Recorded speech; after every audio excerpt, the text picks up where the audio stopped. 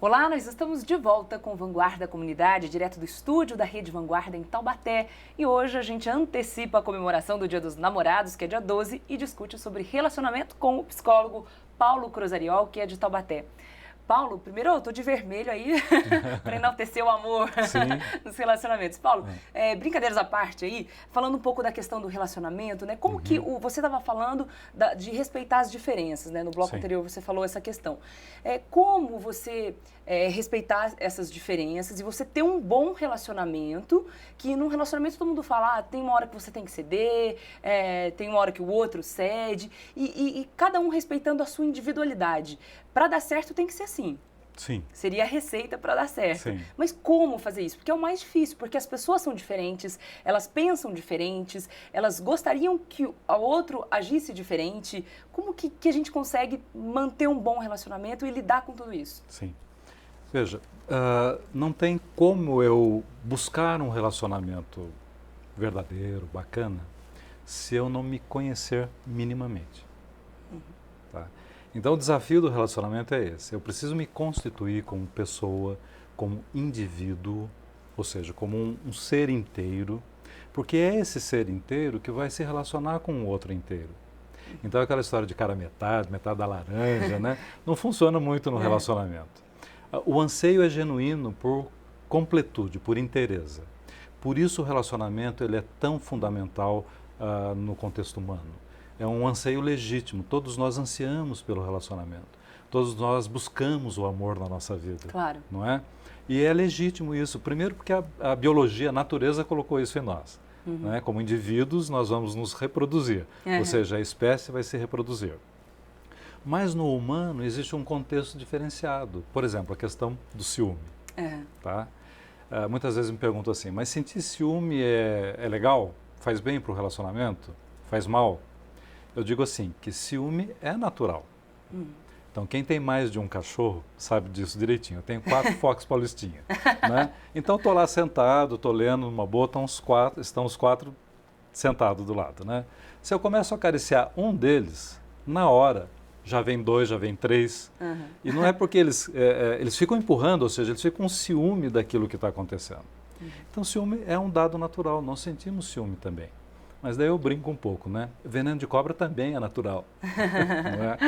Então, qual é a diferença, então, para nós? Não é deixar de sentir o que eu sinto. É o como eu lido com o que eu sinto que faz toda a diferença. Tá? Então, eu posso sentir raiva, eu posso sentir ciúme, eu posso sentir inveja até. Mas é o quanto isso me possui ou o quanto sou o sujeito que sente isso. Tá? Então, se eu for o senhor dessa emoção, aí tudo bem, eu vou aprender a trabalhar com ela. Eu vou ter uma gestão desse emocional. Mas se eu sou possuído pelo emocional, aí normalmente acontece caca, né?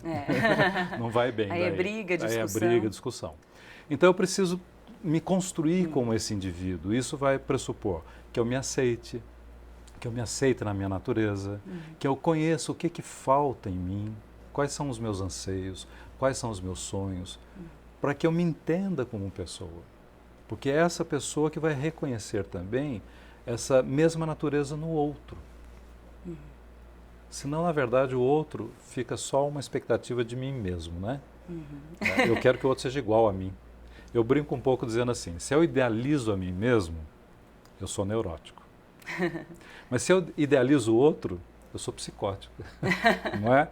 Porque não tem como eu idealizar como o outro deve ser. Claro. Eu preciso aprender a me aceitar e aceitar o outro. É a partir daí, desse respeito mútuo pela diferença. E o gostoso é isso, não é, Michele? O gostoso é que existe uma troca entre as diferenças. Né? E, Paulo, você falou do se conhecer, né? Como que a gente se conhece? Sim. Só por meio da terapia, da análise ou não? Ideal que nós tivéssemos uma educação psicológica nas escolas, que fornecesse minimamente algumas ferramentas de conhecimento psicológico, de entender um pouco sobre isso tudo que a gente está conversando aqui. Infelizmente, isso não existe. Então, o que você vai mais ver é o desentendimento na relação, é o conflito na relação, e o amor, que é uma coisa preciosíssima, vai se perdendo. Vai se perdendo. Né? E, Paulo, você citou a questão do ciúme, né?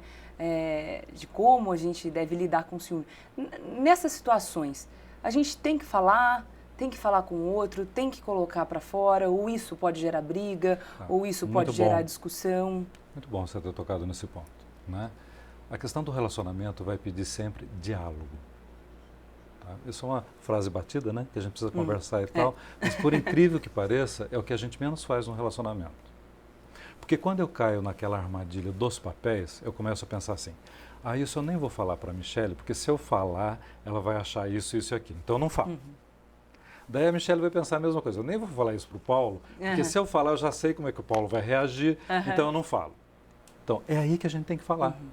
É aí que eu tenho que sentar e conversar, numa boa. Olha, eu estou me sentindo assim, isso aqui não está legal, isso aqui está legal, vamos conversar? Está legal para você também? Né? Porque nós vamos construir o quê? Uma relação de intimidade. Então eu vou dizer como eu estou, como eu me penso, como eu me sinto, e o espaço também para você fazer isso. E acontece o oposto, por exemplo, você falou do casal que um não fala, o outro não fala, diálogo zero. Agora acontece o oposto, um fala, o outro fala, todo mundo fala e ninguém se entende. Sim. E como lidar com isso? Como chegar no bom senso ali no meio? Se o casal não consegue sozinho, aí a gente vai para a terapia de casal. Ou seja, entra um mediador para ouvir as partes. Tá? Você atende casais, né? Sim, você também. falou que atende casais. Como que funciona, no caso, a terapia? A terapia é indicada realmente para quem não consegue dialogar, para os casais que não conseguem dialogar, é isso? Sim, essa é uma das funções da terapia de casal, ou seja, o terapeuta ele passa a ser o mediador dessa relação. Então ele dá vez para esse aqui falar e dá vez para esse outro aqui falar também, que é o que não acontece. Né? E aí se faz um trabalho baseado no sentimento que ainda existe entre essas pessoas. Tá? E o psicólogo, ele consegue identificar isso? Se ainda há um sentimento? Sim. Ou sim. se... Então a terapia de casal não é garantia que a relação vai ficar bacana. Pelo contrário, pode-se chegar à conclusão que aquele relacionamento já teve seu tempo. Já teve o tempo, né? Já acabou. Paulo, eu vou te pedir licença novamente, a conversa está ótima, mas infelizmente o nosso tempo está acabando, a gente vai para o último bloco daqui a pouquinho, não saia daí.